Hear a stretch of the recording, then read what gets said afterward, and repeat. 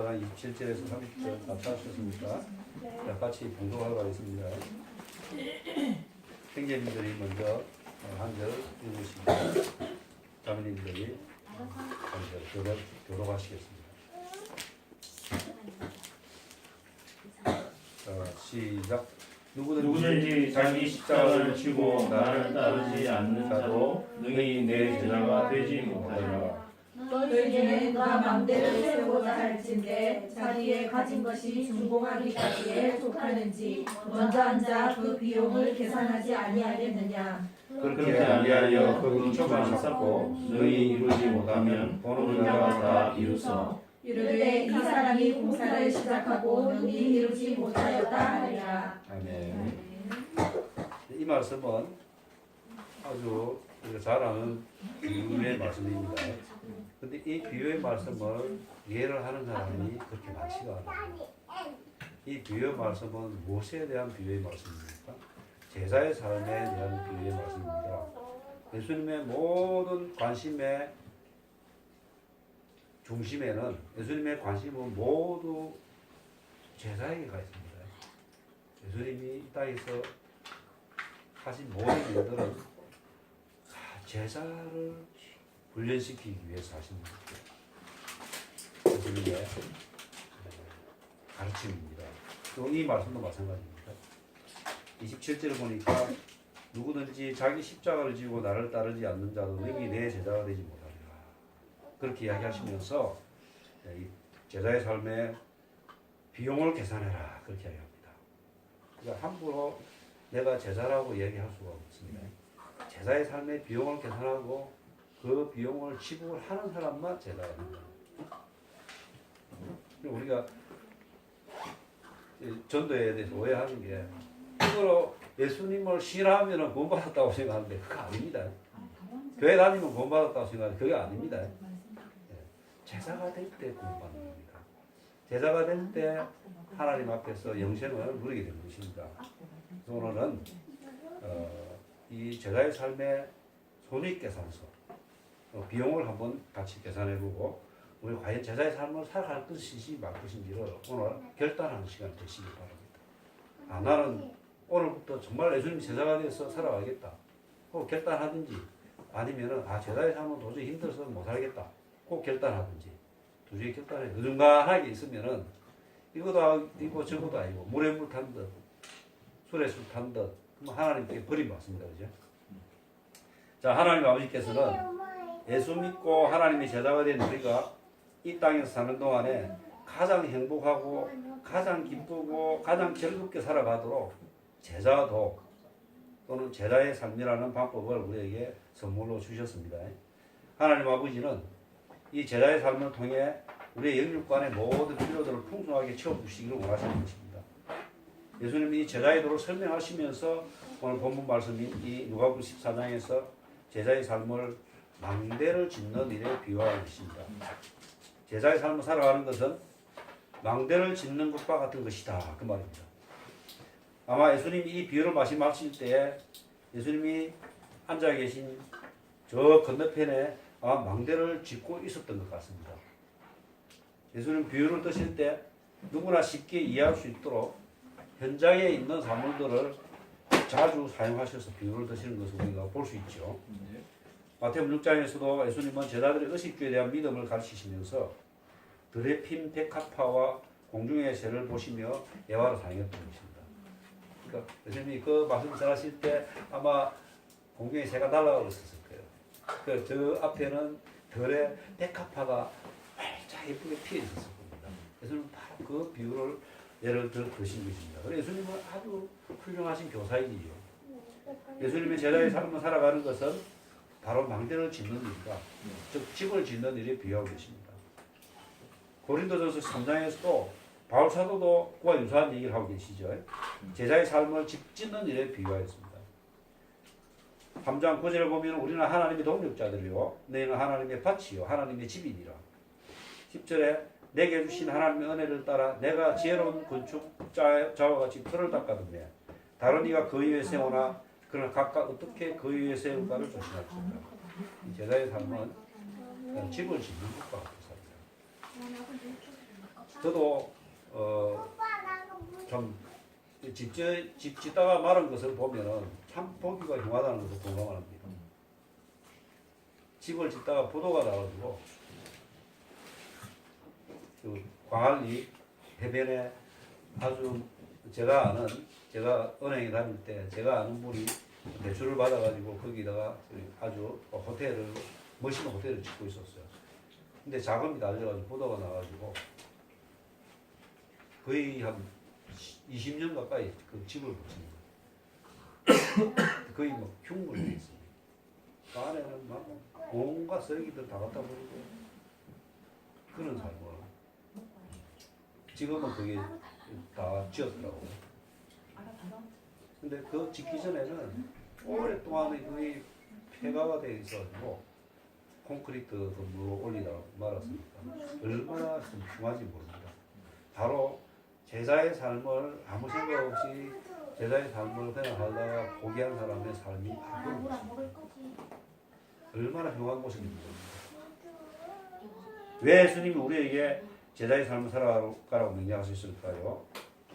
왜 예수님이 제자의 삶을 살아갈 것인지 말 것인지 비용을 계산해보라고 우리에게 말씀하실까요?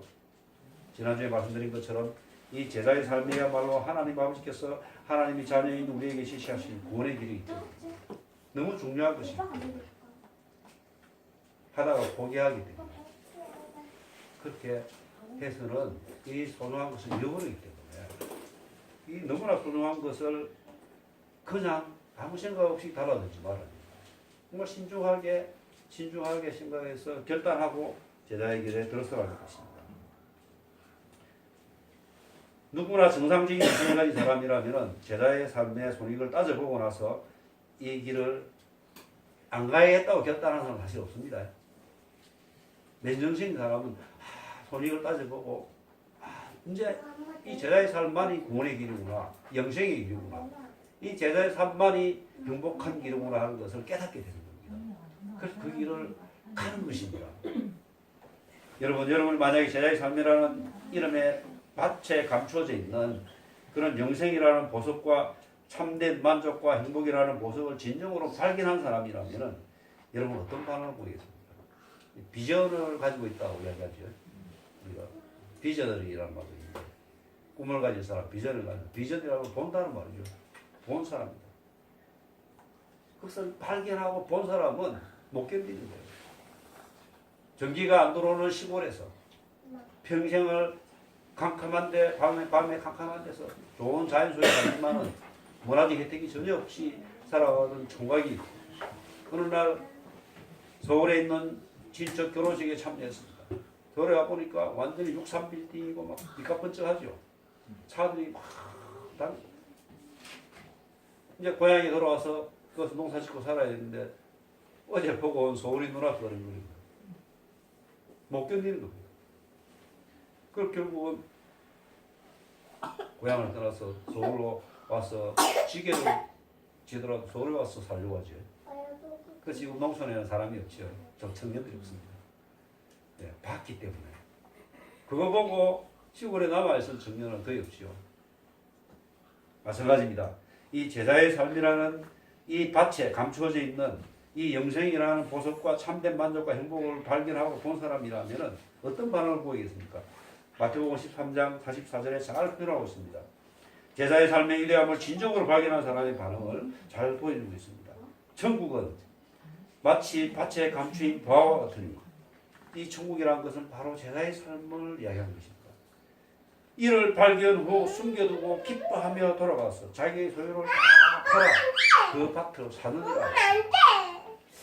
또 누가복음 5장 28절에서는 예수님이 세리인 레이를 향해서 우리가 경건의 시간 말씀이죠. 나를 따라라고 하셨는데 레이가 어떤 반응을 보였습니까? 그가 모든 것을 버리고 일어났다는 거예요. 같은 얘기입니다. 모든 것을 버리고 일어나 따랐다. 예수님이 불렀을 때 모든 것을 버리고 따라. 왜 그렇습니까? 밭에 감추인 보화를 발견했기 때문에 모든 것을 버릴 수밖에 없는 것입니다. 제자의 삶이라는 밭에서 영생의 복을 발견한 사람은 모든 것을 다 팔아서 그 밭을 사게 되어 있기 때문입니다. 필요 없거든. 카일 아이들먼이라는 목사님이 있습니다.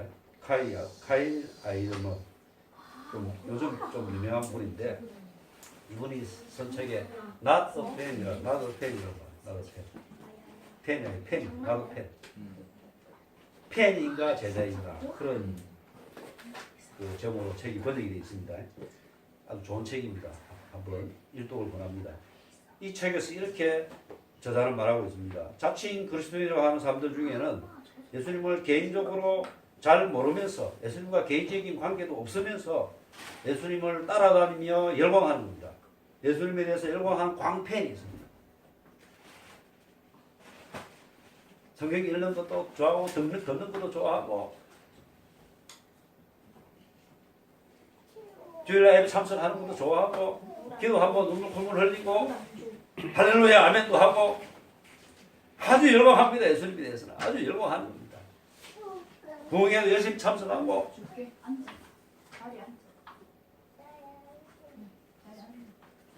광팬입니다. 예수님 팬. 그런 부류의 사람이 있는 반면에 또 어떤 부류의 사람이 있냐면 조금 전에 우리가 누가복음 5장에서 말씀도 읽었듯이 자신의 모든 것을 다 버리고 주님을 따르는 주님의 제자가 있다는 겁니다. 주님이 지신 그 십자가를 함께 지고 고난에 동참하는 제자가 있다는 것입니다. 자, 여러분은 제자입니까? 팬입니까? 아주 열성적인 주님의 팬입니까? 아니면 주님의 제자입니까? 제가 과거에 운동을 하러 다녔습니다. 뭐 헬스장에 갔다는 얘기가 아니고 데모를 하러 다녔거든요. 데모를 아주 오랫동안 했는데 지금 같으면 참 안 했겠지만 그때 생각이 조금 달랐기 때문에 아주 뭐 신의 애기 때 덜 업고도 데모하러 다니고 절판 가스 마시고 학교 다닐 때부터 아주 방골적인 기질이 강했습니다. 제가 그래서 부산 김영삼 씨 광팬했습니다. 김영삼 씨 대통령 되기 전에. 그래서 김영삼 씨가 부산에 오면은 직장 생활을 하다가도 무슨 술 써서라도 조퇴를 해서라도 나와서 김영삼 씨 연설하는 데 갔습니다. 그 용두산 공원에 김영삼 씨 와서 연설하는데 오 용두산 그 좁은 그 용두산 산에 사람들이 막 인산 위로 메우고 있습니다. 저도 그 중에 한 사람이었습니다. 김상님 한마디 하면 와 하고 박수 치고 얼마나 여성적인 편이었는지 모릅니다.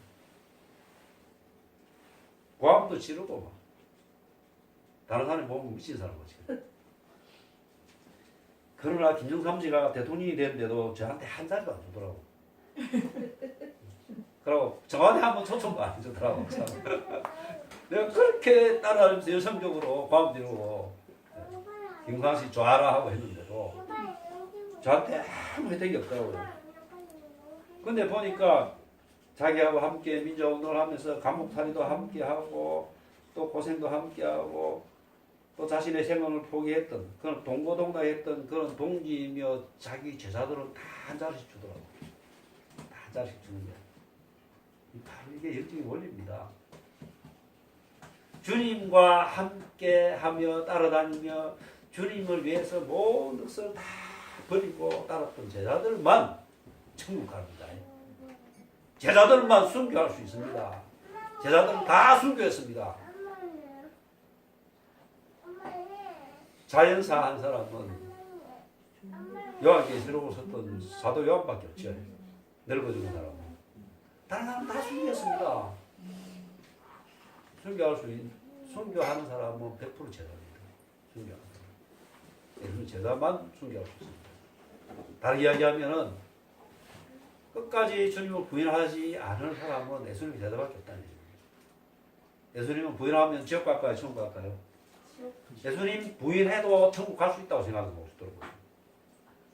예수님 부인하면 천국 못 갑니다. 천국 가는 걸 너무 쉽게 생각하는 거예요. 구원 얻는 것을 너무 쉽게 생각합니다. 신사 참배하면 천국 갈까요? 못 갈까요? 못 가시. 예수님 부인하는 겁니다. 그거 못 갑니다.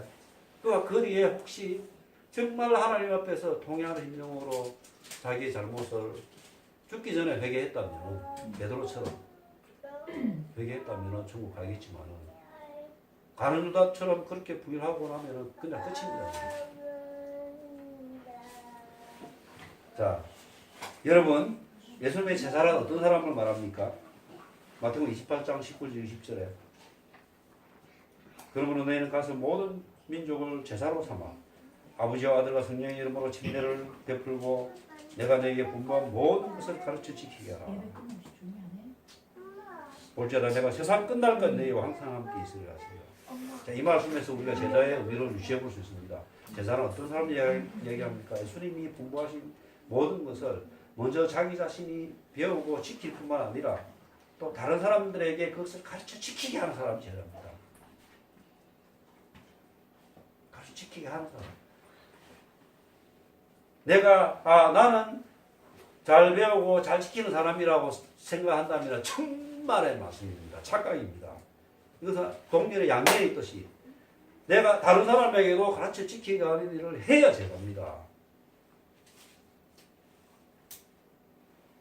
그걸 하지 않으면 제자가 아니에요. 예수님 제자가 내만 다른 사람 미워하지 않으니까 내가 미워하지 않으려서 용쓰고 사랑해야지 용쓰고 그런 거는 예수님이 제자인 것 같아요. 아닙니다. 내가 다른 사람이 사랑할 수 있도록 말씀으로 권면하고 그가 미워할 때 그가 용서하지 못할 때 용서할 수 있도록 사랑할 수 있도록 그걸 말씀으로 권면하고 그걸 완전한 대로 세워주는 일을 하는 사람 그가 예수님 제자인 것입니다. 예수님의 제자는 예수님을 따르고 배우며 예수님께 훈련받는 사람을 말하죠. 언제까지 이 일을 해야 됩니까? 20절 나와 있죠. 세상 끝날까지. 왜 예수님께서 우리와 세상 끝날까지 항상 함께 있으라고 약속하셨을까요? 제자의 삶을 살아라고. 제자의 삶으로 세상 끝날까지 살아라고. 제사 훈련을 세상 끝날까지 받으라고 그렇게 얘기하시는 거예요. 제사 훈련을 교회에서는 어떤 교회는 1년 과정이 있고 어떤 교회는 사역자 과정까지 해갖고 2년 과정이 있고 그 과정 끝나면은 제사가 된 걸로 착각하는데 제사 훈련 끝난 걸로 착각하는데 목사님 내주는 과정을 열심히 갖다 내면 제자가 되는 겁니까? 아닙니다. 평생 세상 끝날까지 제사 훈련은 계속되는 것입니다. 예수님의 처제라고 할 수 있는 베드로는 정말 열심히 예수님을 따라가는 훈련을 잘 받았죠. 그러나 그는 결정적일 때 예수님을 3번이나 부인하는 그런 실패를 경험했습니다. 근데 만약에 제자의 삶이 1년 하고 제자 훈련이 1년 하고 마는 것이라면 베드로의 인생은 거기서 끝나는 거죠. 그래서 예수님 3번 부인했으니까 그냥 끝난 거죠. 뭐 그거 어떻게 제자로 할 수 있겠습니까? 그러나 그 베드로는 그 실패를 통해서 그 실패의 과정이 경험이 그의 제자의 훈련의 과정이었던 것입니다. 그는 그 실패를 통해서 연단받고 훈련받아서 초대교회에서 가장 영향력 있는 예수님의 제자가 될 수 있었던 겁니다. 그런 의미에서 제가 좋아하는 그런 상징적인 물건이 있습니다. 오뚜기입니다. 이 제자란 영적인 오뚜기와 같은 사람입니다. 제자. 우리 바이오스를 간증했죠. 제사란 내가 비록 실패해서도 다시 일어설 수 있는 사람. 그 일어설 수 있는 힘이 어디에 있습니까? 우리 주님 힘으로 보는 것입니다. 내 힘으로는 일어설 수 없지만 참 내 힘으로 나 부끄러워서 사람 나 스스로 없지만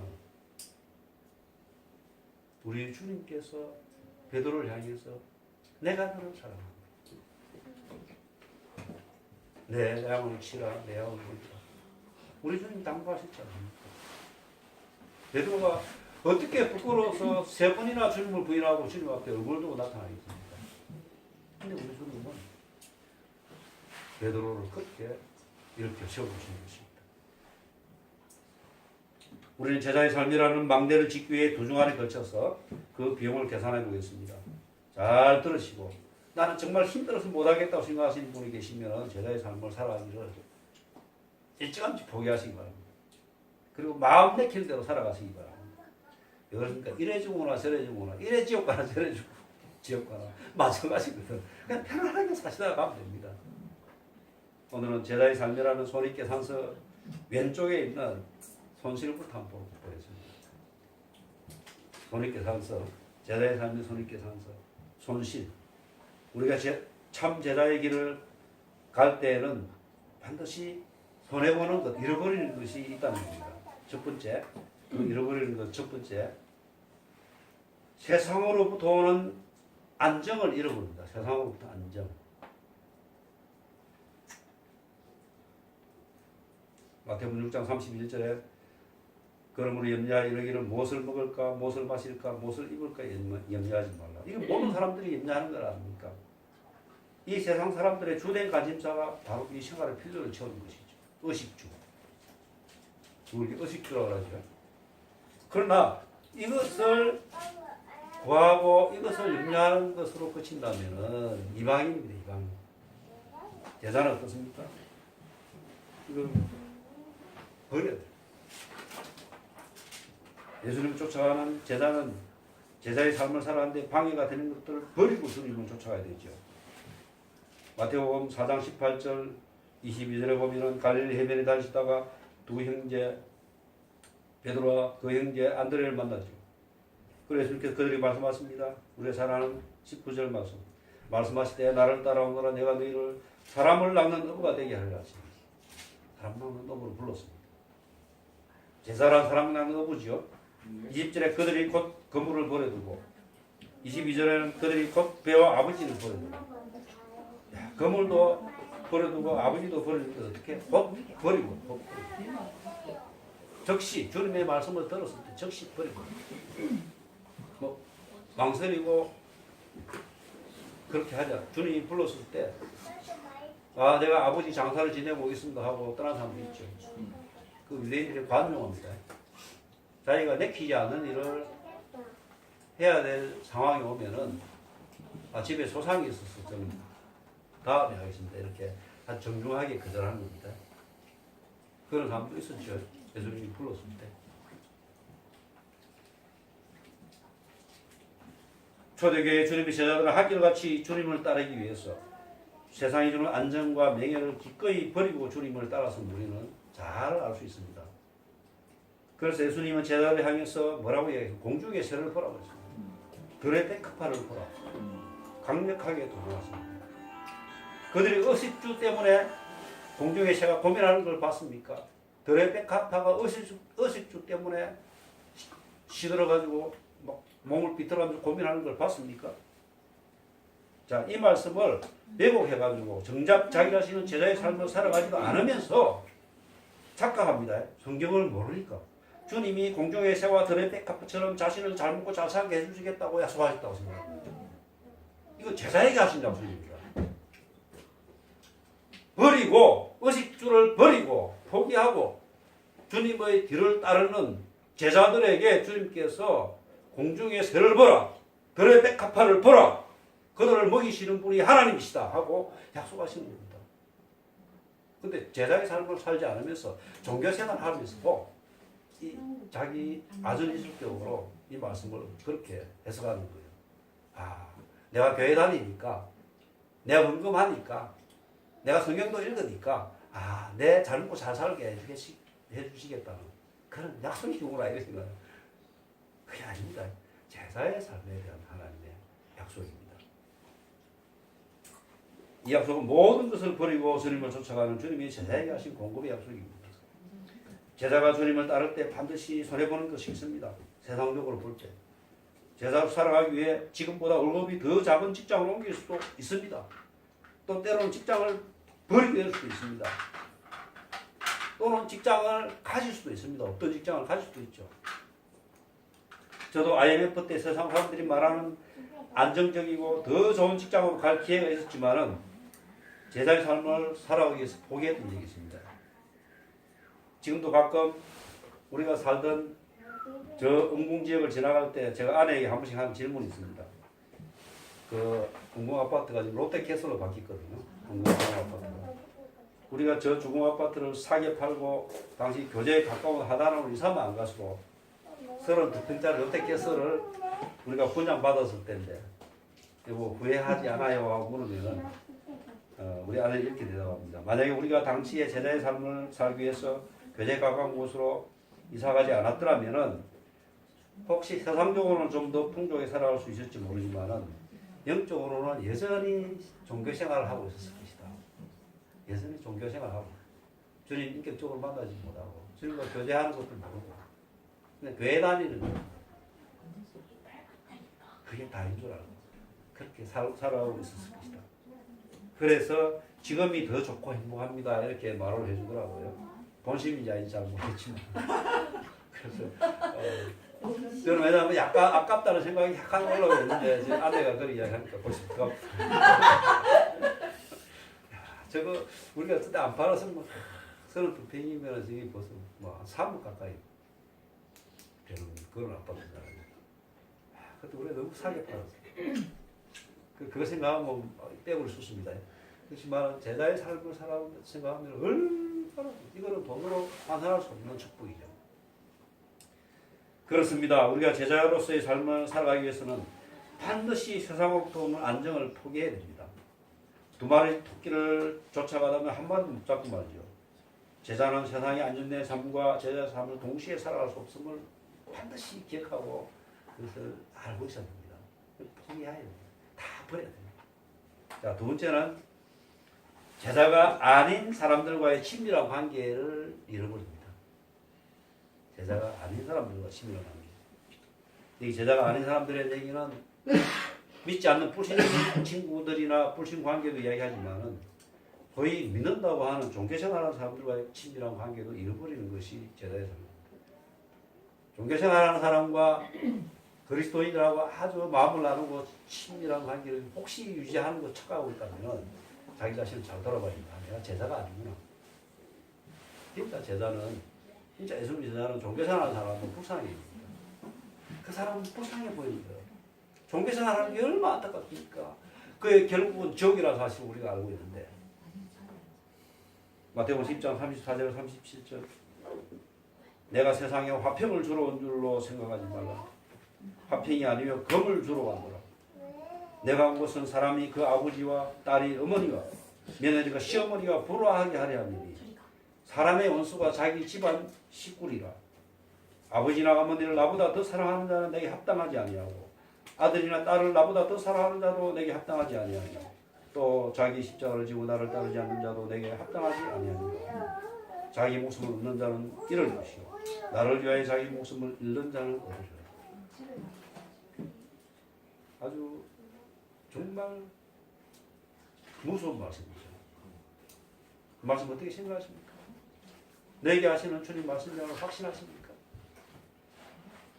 종교생활하는 종교를 포함해서 믿지 않는 세상 사람들은 제자의 삶을 이해하지 못하기 때문에 우리가 제자의 삶을 살아가는 것을 못마땅하게 여깁니다. 그래서 우리를 기뻐하기도 하고 같은 교회 다니는 사람이라고 이야기하면서도 니는 혼자 무슨 그런 특별하게 예수 믿는다고 난리구슬 치느냐. 그러니까 직장생활할 때 그런 얘기 은혜에 다니면서 얼마나 많이 들었는데 저희 교회 장로라고 하는 분도 그런 이야기 하더라고요. 내가 술을 안 마시고 자기는 나를 위해서 한다고 그랬을지 모르지만 내가 술을 안 마시니까 회식 자리에서 위에 사장님한테 지키니까 인간적으로 내가 안 됐대. 그러니까 그 사람 이분이 내 앞에 있는 술잔을 자기가 대신 마신 거야. 무슨 십자가 지듯이. 그래서 자기가 괜찮은 사람이라고 착각하는 거야.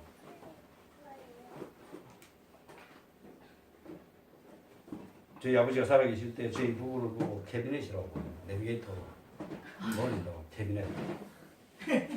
그 캐비넷인지 뭔지 다닌다고 집에도 자주 안 오고 그런 못마땅히 했습니다. 그러나 결국에 가서는 돌아가시기 몇 년 전부터는 말씀과 함께 살아가는 우리의 삶을 보시고 인정해 주셨습니다. 그 어떤 영적인 문제가 있으면은 아들인 저에게 조언을 구했습니다. 이야기도 하고 또 우리가 집에 가면은 저한테 하나님 말씀을 화제로 삼아서 이야기하고 성경책을 꺼내갖고 이 말씀은 뭐 어떻고 저떻고 이런 뜻이야 저런 뜻이야. 영적인 권위를 인정하는 것입니다. 부모라 하더라도 자식이 영적인 권위가 있으면은 거기에 대해서 함부로 할 수 없는 것입니다. 그리고 이 아버지와 관계가 나중에 하나님이 더 좋은 관계로, 더 나은 관계로 회복시켜 주셨습니다. 잠언 16장 7절에 사람의 행위가 여호와를 기쁘시게 하면 그 사람의 원수라도 그로 더불어 화목하게 하시는가. 일시적으로는 원수처럼 대할지는 모른다. 그러나 우리가 두려워하지 않고 하나님 기쁘시게 하는 제자의 삶을 살아갈 때에 우리의 삶은 왕같은 제사장의 자주 빛나는 삶이 되는 것입니다. 위험 있는 삶이 되는 것입니다. 하나님께서 영광의 옷을 입혀주심으로 인해서 반드시 하나님 때의 관계를 이전보다 더 좋은 관계를 회복시켜 주십니다. 그냥 무조건 해줬고 그런 관계가 아니고 함부로 할 수 없는, 비록 육신의 형제라더라도 우리 김민희 사님 제일 막내죠. 막내라 하더라도 언니 오빠들이 함부로 할 수 없는, 비록 오빠 중에 목사님이 있다 하더라도 그 목사님 영적으로 막내인 김미정 사님에게 함부로 할 수 없는 자식 빛이 나는 그런 사람이 되게, 그게 바로 제자의 삶입니다. 문제의 본질이 뭡니까? 일시적인 관계의 단절이 아닙니다. 그거 두려워할 필요가 없습니다. 내가 제자의 삶을 살아가고 있느냐 아니냐, 그게 문제의 본질입니다. 내가 제자의 삶을 살아가고 있을 때에 하나님께서 그 사람의 원수라도 그로 더불어 화목하게 해주시겠다고 약속하십니다. 하나님 때 반드시 그렇게 되는 것을 저는 경험했습니다. 세 번째는 제자의 삶을 살아갈 때에는 이생의 사랑을 통한 자기 만족을 잃어버립니다. 요한일서 2장 16절에 이런 세상에 있는 모든 것이 육신의 성욕과 안목의 성욕, 이생의 사랑입니다. 이 이생의 사랑이 얼마나 강한지 모릅니다. 우리 육신의 제약된 본능은 항상 이 이생의 사랑, 그것을 추구하고 살아가게 되어 있습니다. 다른 사람이 자랑하는 거예요. 왜 우리가 아침에 옷을 입을 때 갖추어 입습니까? 다른 사람의 눈으로 시각이 때문에.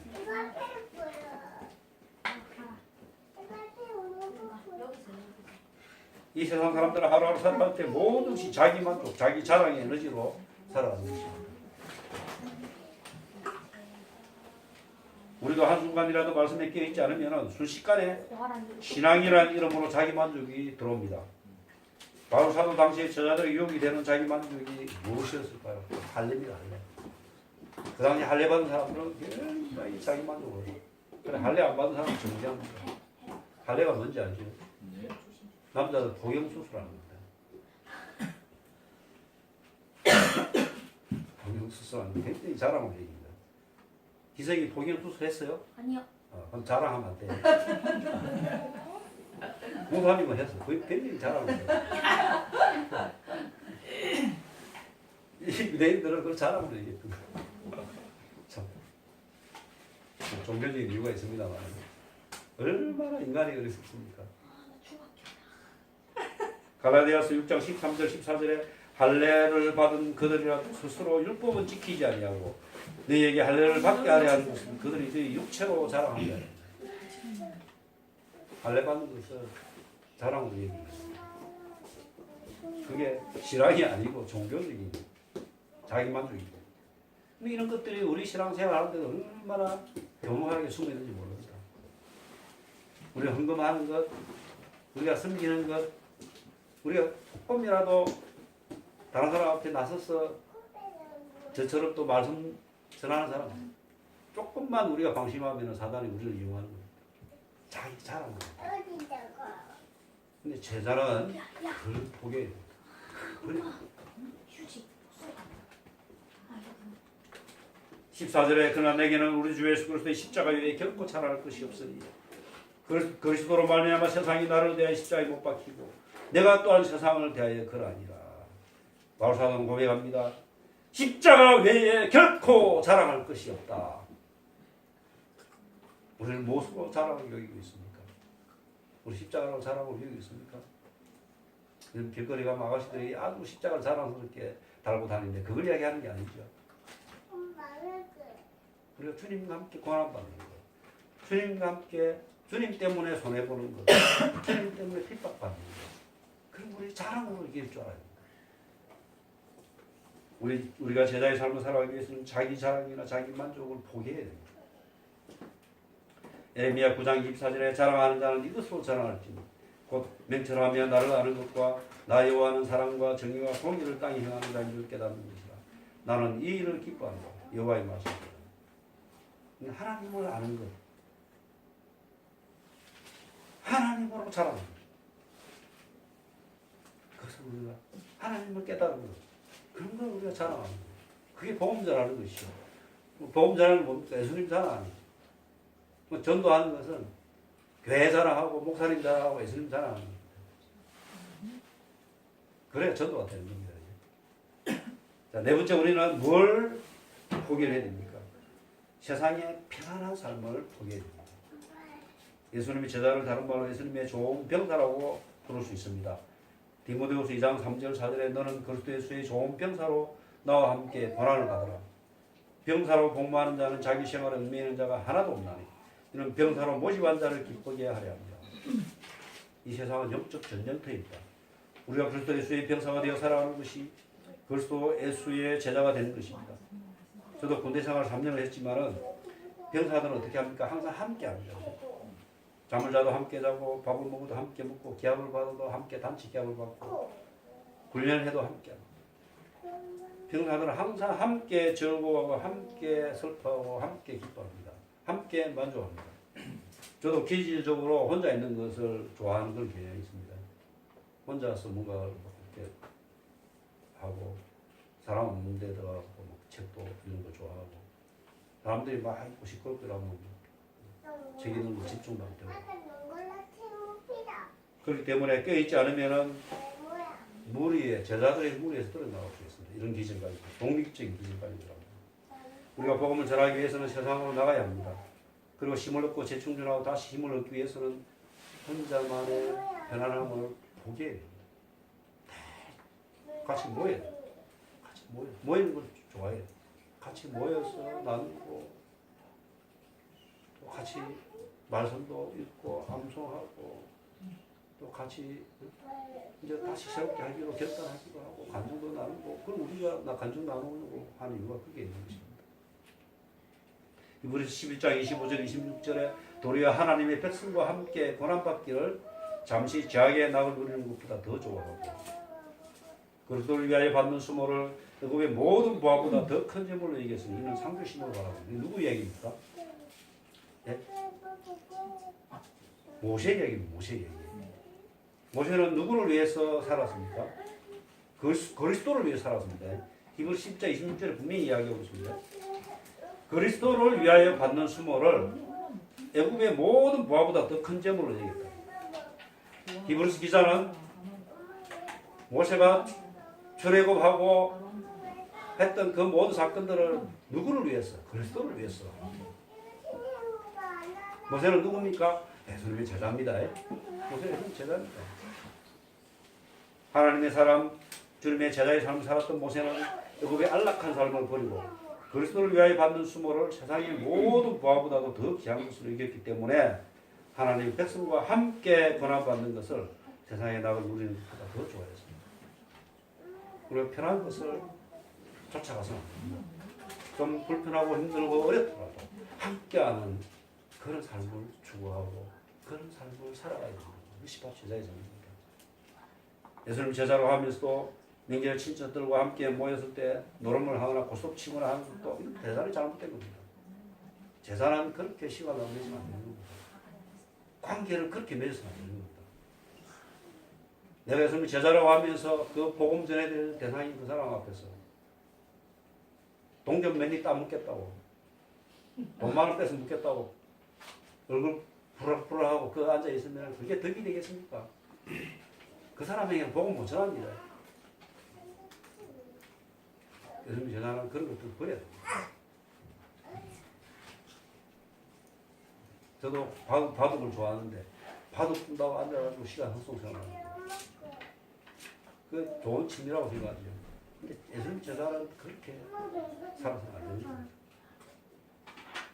제사는 세상의 재미와 편안함 추구해서는 안 됩니다. 버려야 됩니다. 말씀을 맺겠습니다. 여러분은 진정 예수님의 제자입니까? 아니면 예수님의 광팬입니까? 그냥 팬이 아니고 아주 연연한 열심을 내는 그런 팬입니까? 갈라디아서 1장 10절 주님의 말씀으로 여러분에게 마지막으로 도전합니다. 이제 내가 사람들에게 속해 하랴 하나님께 속해 하랴 사람들에게 기쁨을 구하랴 내가 지금까지 사람의 기쁨을 구하는 것이었다면 그리스도의 종이 아닙니다. 내가 지금까지 사람의 재미를 구하는 것이었다면 사람의 즐거움을 구하는 것이었다면 그리스도의 제자가 아닙니다. 우리가 예수님의 참된 제자가 맞다면 우리가 어떻게 살아가야 됩니까? 예수님의 모든 제자들이 다 그랬던 것처럼 우리 세상에 속한 것들을 버리고 포기하고 잃어버리고 주님을 쫓아가는 삶을 살아가야 되는 것입니다. 기도하시겠습니다. 하나님 아버지, 지금까지 주님의 열렬한 팬으로서 주님께 영광하며 주님을 따른다고 착각하며 살아왔던 저희들의 삶이었습니다. 그러나 삶 가운데 힘들고 어려운 일이 있을 때 여러 팬들이 그런 것처럼 원망하기가 불평하고 내게 유익이 되지 않을 때는 언제든지 돌아설 수 있는 그런 사람들이었습니다. 아버지 하나님 새롭게 해주시옵소서. 진정 주님의 참제자가 될 수 있도록 도와주시옵소서. 주님이 원하시는 그 자리에 고난의 자리에 기꺼이 모든 것을 버리고 함께할 수 있도록 도와주시옵소서. 주님의 눈길이 가 있는 그 낮은 곳에 저희들이 함께 가 있기를 원합니다. 아버지 하나님 세상으로부터 오는 안정감을 저희들은 포기합니다. 포기하기를 결단합니다. 또 제자가 아닌 사람들과의 친밀한 관계를 저희들 버리기를 원합니다. 제자의 삶을 살아갈 때 이 세상의 자랑을 통한 제자의 만족이 저희들을 걸림돌이 되기도 합니다. 저희들이 이 세상 자랑을 통한 자기 만족을 버리기를 원합니다. 또 세상의 편안한 삶을 저희들은 포기하기를 원합니다. 아버지, 저희들은 할 수 없는 자들은 고백합니다. 주님, 저희들에게 세상 끝날까지 함께 하시며 힘주시겠다고 하신 주님의 그 약속을 믿고 바라봅니다. 우리 주님 참 제자가 되게 도와주시옵소서. 예수님 이름으로 기도합니다. 아멘.